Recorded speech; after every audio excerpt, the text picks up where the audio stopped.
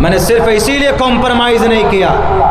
इस ज़मीन पर सबसे मुक़द्दस जमात सहाबा के बाद अगर कोई जमात है वो उलमा की जमात है। इन्नल उलमा वरसतुल अंबिया। आज कुछ लोग उलमा को हक़ारत की निगाह से देखते, नहीं जनाब ये तो मौलाना साहब है, ये काम नहीं कर सकता, ये तो आलिम दीन है, ये तो फला तकाज़े को पूरा नहीं कर सकता। वो झूठे हैं, वो डरते हैं या जलते हैं, वरना उलमा की वो जमात रही है, हमेशा से तारीख़ रही है। उलमा ने बड़ी बड़ी आंधियों का मुकाबला किया।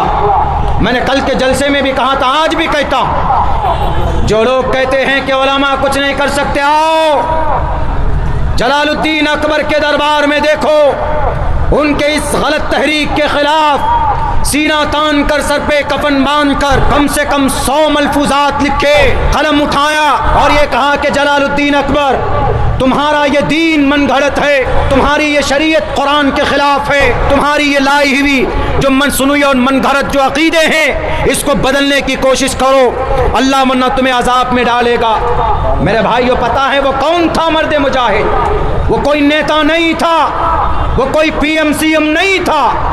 आजकल आलिम दीन को हक़ारत की निगाह से देखने वाले, सच्ची क़यादत कोई कर सकता है तो एक आलिम दीन कर सकता है, कौम की सही रहनुमाई कोई कर सकता है तो एक आलिम दीन कर सकता।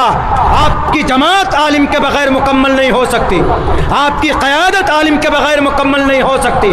गाँव समाज का कोई काम मुकम्मल नहीं हो सकता अगर उस गाँव के अंदर कोई आलिम दीन ना हो, चाहे बाहर से हो चाहे उसी बस्ती का हो।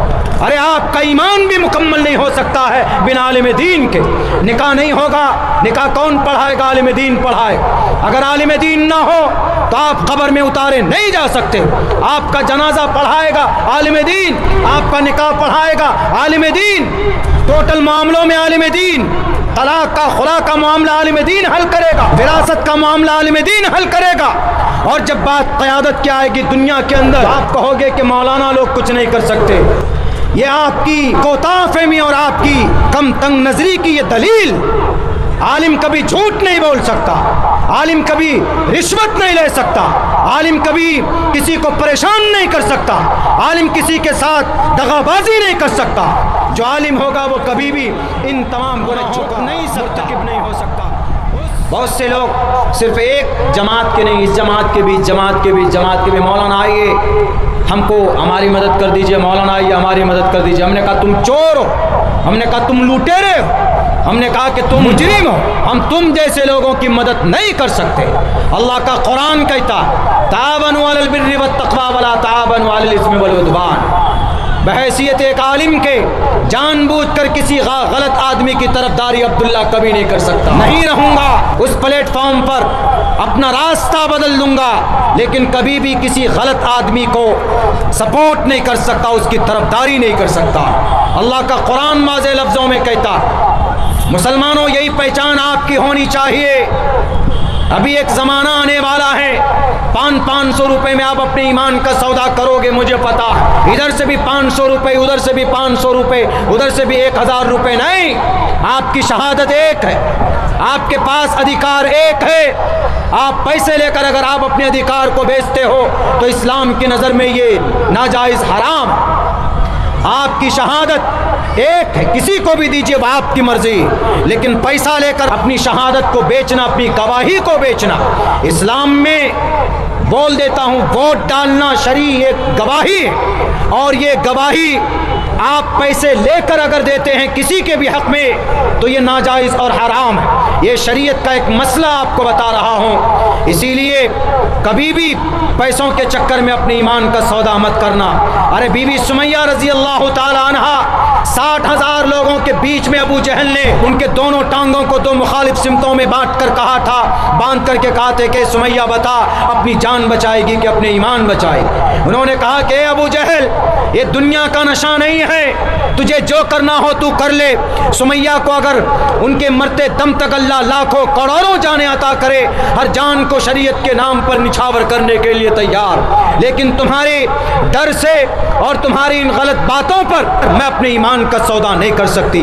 बीच से चीर दिया गया बीबी सुमैया को, लेकिन अपने ईमान का सौदा नहीं किया। आज 500-1000 रुपए में मोमिन अपने ईमान का सौदा कर लेता। नहीं मुसलमानों, आपकी ये पहचान नहीं। आप मोमिन, सबसे बड़ी कीमती दौलत अल्लाह ने आपको दी है, वो है ईमान। इससे बड़ी कीमती दौलत और है ही नहीं अल्लाह के खजाने। ईमान है तो सब कुछ। अगर आपके पास ईमान नहीं है तो आप कुछ भी कर लीजिए। ईमान नहीं है, नमाज पढ़ लीजिए, नॉट एक्सेप्टेबल। ईमान नहीं है, रोज़ा रख लीजिए, नॉट एक्सेप्टेबल। हाँ, हो सकता है ऐसा कि दुनिया में आपको उसके अच्छे रिजल्ट मिल जाएं, लेकिन मरने के बाद आप जन्नत नहीं जा सकते, जिसको परम पद कहा गया। किसको संस्कृत में कहा गया है? परम पद। तस्मात् शास्त्रम परमाणम तिकार्य अकार्य ये शास्त्र विधि मुत्सरज वर्तते काम कार्ता न सिद्धिम वापनुति न सुखम न प्राम गतिम। गीता में है, हिंदुओं के लिए उपदेश है कि अगर कोई आदमी अपनी नफ्स के मुताबिक ज़िंदगी गुजारता है, मर्जी के मुताबिक ज़िंदगी गुजारता है, तो परम पद प्राप्त नहीं कर सकता। परम पद, पद में सबसे बड़ा पद, मतलब इसको अजीम कामयाबी। अजीम कामयाबी, बड़ी कामयाबी कब हो सकती है? जब हमें जन्नत मिल जाए, तभी बड़ी कामयाबी। उसको परम पद कहा जाता है, जन्नत। तो जन्नत में जाने के लिए ज़रूरी है ईमान। हिंदू इतने काम करते हैं, लाखों करोड़ों रुपए दान करते हैं, खर्च करते हैं, क्या वह जन्नत चले जाएंगे? नहीं जा सकते। मन क़ाल ला इलाहा इल्लल्लाह दख़लल जन्नह। ईमान शर्त है, ईमान कंपल्सरी है। अगर ईमान नहीं, not allowed to enter the paradise. जन्नत नहीं जा सकता। कुछ भी कर ले दुनिया में। हाँ, अगर वो दान कर रहा है तो हो सकता है कि दान की वजह से दुनिया में उसको कुछ फ़ायदे मिल जाए। नॉन मुस्लिम हिंदू अगर कोई पुण्य कर लेता है, कोई पुण्य करता है, कोई काम करता है, तो उसका फ़ायदा अल्लाह उसको दुनिया में ही दे देता। मरने के बाद उसका कुछ हिस्सा उसमें नहीं होता। इसलिए कि मरने के बाद जन्नत में जाने के लिए, मरने के बाद पुण्य कमाने के, नेकी मिलने के लिए, जज़ा, बदला, अच्छे बदले की उम्मीद वही कर सकता है जो मोमिन होगा। इसलिए हम मोमिन, हम मुसलमान, अल्लाह ने कीमती दौलत से नवाजा। इसी ईमान, इसी दौलत का तकाजा ये है कि कभी भी किसी के सामने झुकना नहीं, अल्लाह के सामने झुकना है और अपनी शान और इज्जत के साथ, आन बान शान के साथ रहना है।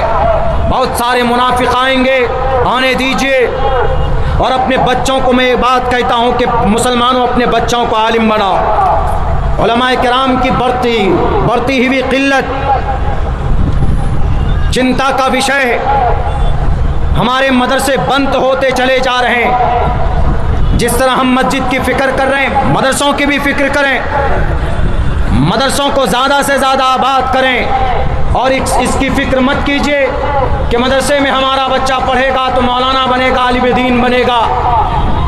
इस ज़मीन पर सबसे मुक़द्दस जमात सहाबा के बाद अगर कोई जमात है, वो उलमा की जमात है। इन्नल उलमा वरसतुल अंबिया। आज कुछ लोग उलमा को हक़ारत की निगाह से देखते, नहीं जनाब ये तो मौलाना साहब है, ये काम नहीं कर सकता, ये तो आलिम दीन है, ये तो फला तकाज़े को पूरा नहीं कर सकता। वो झूठे हैं, वो डरते हैं या जलते हैं, वरना उलमा की वो जमात रही है, हमेशा से तारीख़ रही है। उलमा ने बड़ी बड़ी आंधियों का मुकाबला किया। मैंने कल के जलसे में भी कहा था, आज भी कहता हूँ, इसी भारत की धरती पर, अखंड भारत पर हुकूमत करने वाला एक बादशाह जिसका नाम अकबर है, वो अकबर बादशाह एक दीन लाता है, नई शरीयत लाता। यानी हिंदू धर्म की बातें भी रखी गई, शराब को जायज़ करार दिया गया, औरतों को शराब खाने में शराब पिलाने की ड्यूटी पर मुसल्लत करता है, और तो और जनाब जिना को जायज़ करार दिया जाता है, दाढ़ी छीलना जायज़, कोई हराम नहीं, कोई गुनाह नहीं। और भी बहुत सारी ऐसी चीज़ें शरीयत में गोया कि उसने तब्दीली की, एक नई शरीयत बनाने की कोशिश की, नया दीन बनाने का उसने कोशिश किया। उस दीन का नाम रखा दीन इलाही, अकबर के ज़माने में। और अकबर अगर कोई फ़ैसला करता तो किसी की हिम्मत नहीं थी कि उसके सामने में आँखों में आँखें डाल कर ये कहे कि अकबर तुमने ये गलत फ़ैसला किया। ब्राह्मण अक़ीदा, हिंदू अक़ीदा, क्रिश्चन अक़ीदा, ये सारे अक़ीदे मिला दिए सब। उसने कहा कि एवरी रिलीजन आर इक्वल, सारे धर्म के लोग, सारे मजहब बराबर सराबर हम सबका सम्मान करते हैं, सबका, हम सबका सम्मान करते। सारे मज़हब ठीक है अपनी जगह पर, उन्होंने एक नया दीन बनाया दीन इलाही के नाम से, बाज़ाब्ता उसको नाफिज भी किया, नाफिज इम्प्लीमेंट किया उसको, और उसको सरकारी ख़जाने से फंड भी करता था चलाने के लिए कि चलाओ इस शरीयत को आगे बढ़ाओ। जो लोग कहते हैं कि उलमा कुछ नहीं कर सकते, आओ जलालुद्दीन अकबर के दरबार में देखो, उनके इस गलत तहरीक के खिलाफ सीना तान कर सर पे कफन बांध कर कम से कम 100 मलफूजात लिखे, कलम उठाया और ये कहा कि जलालुद्दीन अकबर तुम्हारा ये दीन मन घड़त है, तुम्हारी ये शरीयत कुरान के खिलाफ है, तुम्हारी ये लाई हुई जो मन सुनुई और मन घड़त जो अकीदे हैं इसको बदलने की कोशिश करो, अल्लाह वरना तुम्हें अजाब में डालेगा। मेरे भाइयों, पता है वो कौन था मर्द मुजाहिद? वो कोई नेता नहीं था, वो कोई पीएम सीएम नहीं था। आजकल आलिम दीन को हकारत की निगाह से देखने वाले, सच्ची क़यादत कोई कर सकता है तो एक आलिम दीन कर सकता है, कौम की सही रहनुमाई कोई कर सकता है तो एक आलिम दीन कर सकता। आपकी जमात आलिम के बगैर मुकम्मल नहीं हो सकती, आपकी क़यादत आलिम के बगैर मुकम्मल नहीं हो सकती, गांव समाज का कोई काम मुकम्मल नहीं हो सकता अगर उस गांव के अंदर कोई आलिम दीन ना हो, चाहे बाहर से हो चाहे उसी बस्ती का हो। अरे आपका ईमान भी मुकम्मल नहीं हो सकता है बिना आलिम दीन के। निकाह नहीं होगा, निकाह कौन पढ़ाएगा? आलिम दीन पढ़ाए। अगर आलिम दीन ना हो तो आप कब्र में उतारे नहीं जा सकते। आपका जनाजा पढ़ाएगा आलिम दीन, आपका निकाह पढ़ाएगा आलिम दीन, टोटल मामलों में आलिम दीन, तलाक का खुला का मामला आलिम दीन हल करेगा, विरासत का मामला आलिम दीन हल करेगा। और जब बात क़यादत की आएगी दुनिया के अंदर, आप कहोगे कि मौलाना लोग कुछ नहीं कर सकते।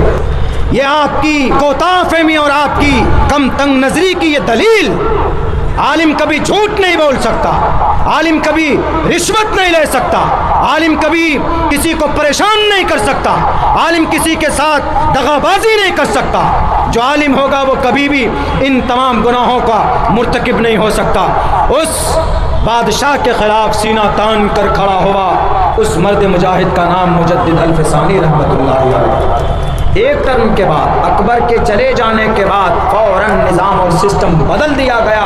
वही शरीयत, फिर वही कानून, वही कुरान, वही हदीस जिसको अल्लाह के नबी अलैहिस्सलाम 1458 साल पहले लेकर आए, फिर उसको पूरे चारों तरफ ज़ोर शोर के साथ लोग अमल करने लगे।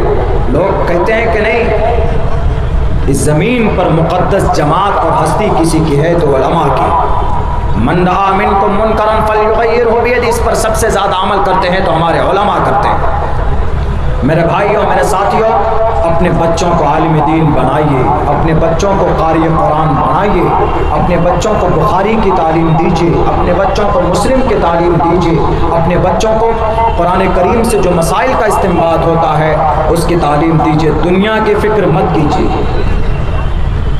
और अल्हम्दुलिल्लाह हमारा इलाका सीमांचल, हमें गर्व होता है कि मैं सीमांचल में हूँ। मुझे फ़ख्र भी होता है कि हम सीमांचल की धरती में हैं, जहाँ पर पूरे बिहार में सबसे ज़्यादा कसीर तादाद में अगर उलमा की, हुफ़ाज़ की, क़ुर्रा की तादाद किसी धरती पर है तो वह हमारे सीमांचल की धरती पर है। हमें इस बात पर बहुत ज़्यादा गर्व है, फ़ख्र है। और हिंदू धर्म में तो ये कहा गया कि जिसके अंदर ज्ञान हो, जिसके अंदर ईश्वर, आलिम का मतलब अल्लाह की शरीयत का ज्ञान, कुरान का ज्ञान, कुरान का नॉलेज, शरीयत का नॉलेज। हिंदू धर्म में इसे कहा गया कि जिसके अंदर ईश्वर का नॉलेज हो, गोया वो ईश्वर। बहुनाम जन्मनामन्ते ज्ञानवान माम परपद्यते वासुदेवा सर्वमिति समहात्मा। महात्मा होता है। हम लोग महात्मा किसको कहते हैं? महात्मा उसको कहते हैं कि जो महापुरुष होता है। लेकिन यहाँ पर संस्कृत में कहा गया कि महात्मा वो नहीं होता जो महान होता है।